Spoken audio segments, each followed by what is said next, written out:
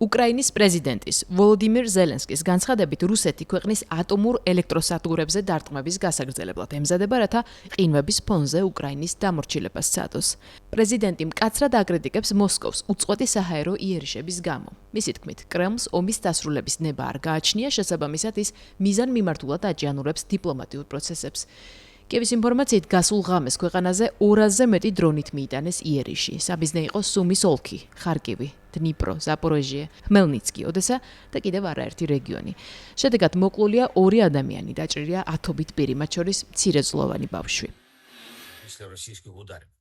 სამწუხაროდ ახალი დარტყმები ყოველ ღამით ხორციელდება. რუსეთის უცვლელი სამიზნე ჩვენი ენერგეტიკული სექტორია, თითქმის უწყვეტად მიმდინარეობს სარემონტო სამუშაოები. ელექტროგადამცემი თუ გათბობის ქსელების აღდგენაზე დაახლოებით 58,000 ადამიანი მუშაობს. კიევის ოლქში მდგომარეობა განსაკუთრებით მძიმეა.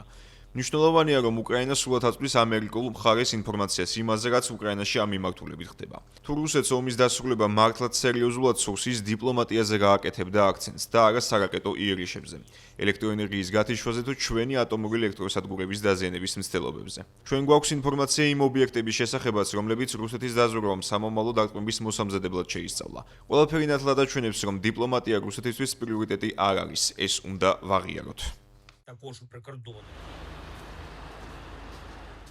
რუსეთის მხრიდან ენერგეტიკულ ინფრასტრუქტურაზე გახშირებული იერიშები კიევის მოსაზრებით მხოლოდ უკრაინელი ხალხის ტანჯვის გაძლიერებას ემსახურება ცივი ზამთრის პერიოდში. განმეორებითმა იერიშებმა ათასობით სახლი დატოვა ბუნებრივი აირისა და ელექტროენერგიის გარეშე. მხოლოდ ბოლო კვირის განმავლობაში უკრაინაზე 1300-ზე მეტი დრონით, 1000 მართვადი საჰაერო ბომბითა და 2 ათეული რაკეტით მიიტანეს იერიში. მათ შორის იყო ლეტალური ბალისტიკური ჭურვები. უკრაინის პრეზიდენტი მოუწოდებს მოკავშირეებს გაზარდონ ომში მყოფი ქვეყნის მხარდაჭერა, ასევე გააძლიერონ ზეწოლა რუსეთზე, რათა მას მოლაპარაკებათა მაგიდასთან მისვლა აიძულონ.